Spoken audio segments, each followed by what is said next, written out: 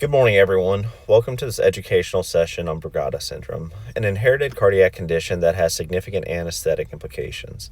Today, we'll discuss the pathophysiology, patient populations at risk, pharmacological considerations, and the evidence-based literature for intraoperative care. By the end of this session, you'll be better prepared to recognize and manage patients with Brugada syndrome in the perioperative setting.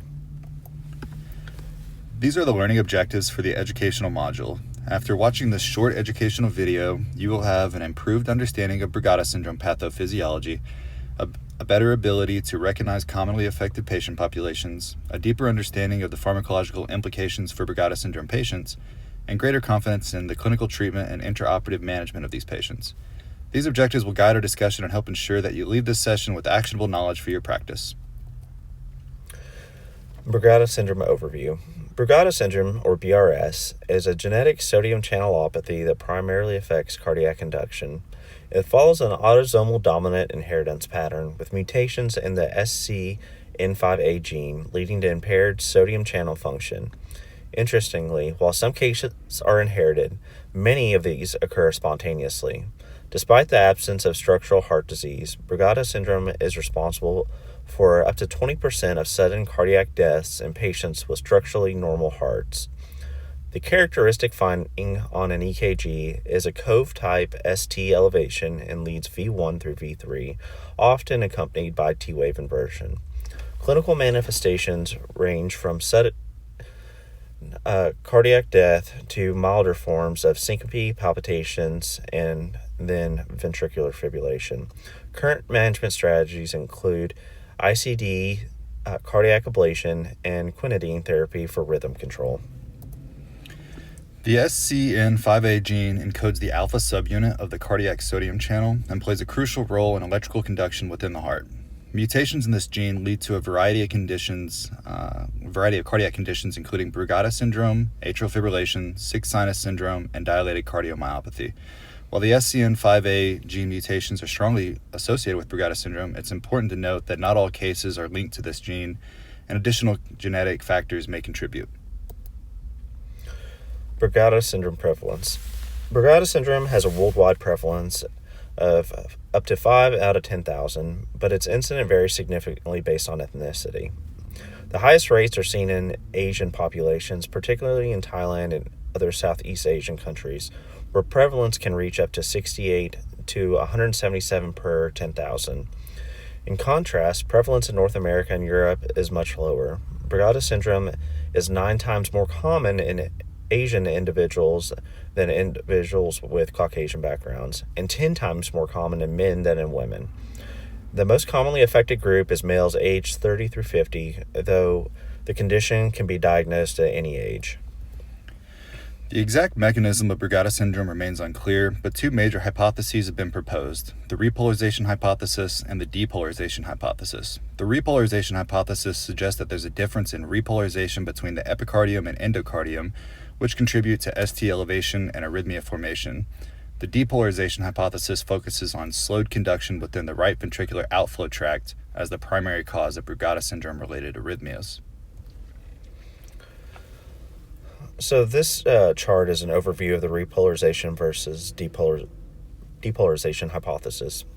The repolarization hypothesis suggests that differences in repolarization between the epicardium and endocardium of the heart lead to ST elevation and increased risk of arrhythmias. This is thought to contribute to the characteristic cove-type ST segment elevation seen in Brugada syndrome patients. The depolarization hypothesis focuses on conduction delay in the right ventricular outflow tract. This is believed to slow conduction and the primary cause of ST segment elevation and T-wave inversion. This highlights the role of sodium channel dysfunction in disrupting normal heart rhythms. The key takeaway is both these hypotheses support the abnormal sodium channel function contributing to Brugada syndrome, but whether arrhythmias arise from conduction delay or repolarization differences remain debated. This slide reflects the key EKG features of Brugada syndrome. There's often a coved ST elevation in leads V1 to V3. A T-wave inversion is also often present, and it presents with the right bundle branch-like pattern. These EKG changes are related to the underlying repolarization-depolarization pathophysiology hypotheses discussed in the previous slide. Clinical presentation of Brugada syndrome patients. Brugada syndrome presents along a spectrum from asymptomatic cases to sudden cardiac death. Over 70% of Brugada syndrome patients are asymptomatic, making it a silent yet dangerous condition. Symptoms often begin around the age of 40 and it can include palpitations, PVCs, syncope, seizures, and nighttime agonal breathing. It's important to recognize that approximately 25% of patients who experience sudden cardiac death had prior syncopal episodes, a warning sign that should not be ignored. Brugada syndrome symptoms can be triggered by various factors, including fever, dehydration, vagal activity, drug use, and certain medications. Common triggers include sodium channel blockers, tricyclic antidepressants, lithium, alcohol, cocaine, and marijuana. Fever is one of the most significant risk factors, as hyperthermia can exacerbate sodium channel dysfunction, increasing the risk of fatal arrhythmias. Intraoperative considerations. Brugada syndrome patients are at high risk for perioperative arrhythmias, making careful anesthetic management essential. Key intraoperative considerations include placement of defibrillator pads as a precaution, the use of an arterial line for continuous hemodynamic monitoring, close EKG monitoring for any ST segment changes, strict temperature control to prevent hyperthermia, pain control strategies to minimize autonomic fluctuations, avoidance of bradycardia as vagal stimulation can precipitate arrhythmias, readiness with emergency drugs to manage malignant arrhythmias. Pharmacological care guidelines have not been established for Brugada syndrome patients. This is because there's mostly limited prospective studies and small studies due to the rarity of Brugada syndrome. Cooperative care between cardiologists and anesthetists is recommended in treating these patients intraoperatively. Avoid other potential causes of arrhythmia such as electrolyte imbalances, thermal variations, and medication administration. Brugada syndrome patients require special vigilance intraoperatively, as we stated, with EKG monitoring post and intraoperatively until all drugs have been eliminated, up to 5 half-lives. Propofol and Brugada syndrome. Traditionally, propofol was avoided in Brugada syndrome patients due to concerns about its effects on sodium channels. However, recent studies suggest propofol may be safe when used at controlled doses.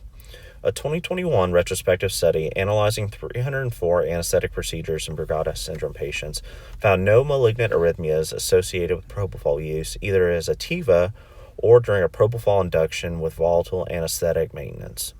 A 2020 double-blind study comparing propofol versus etomidate induction found no significant differences in EKG changes or arrhythmias between the groups. While caution is still advised, these findings suggest that propofol may be a viable anesthetic option in Brugada syndrome patients.